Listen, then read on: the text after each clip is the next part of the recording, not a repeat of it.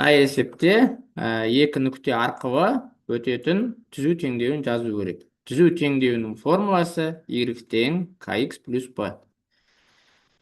Сонымен а нүктесін қарастырсақ, y деген бізде минус 3 тең k нүктесі, k нүктесі деп k айнымалысы x деген 5 болады.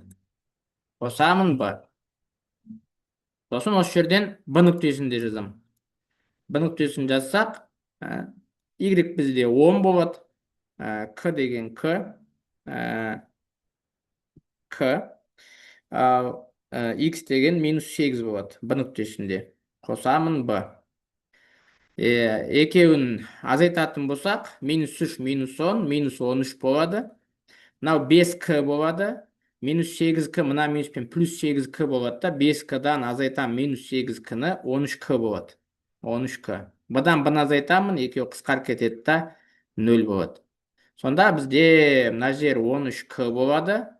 13k, о бізде минус 13-ке тең болады. Сонда k тең минус 1 болады.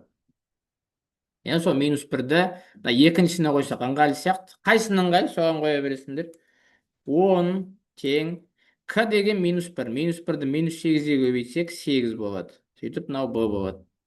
10, 8 мында азайту болып ауысады. Сонда ол 2 болады. Сонда жауабы k деген минус 1, b деген 2. Ал түзу теңдеуі k-ні мында қойсақ минус x, ал b деген 2. Сонда минус x қосу 2 болады.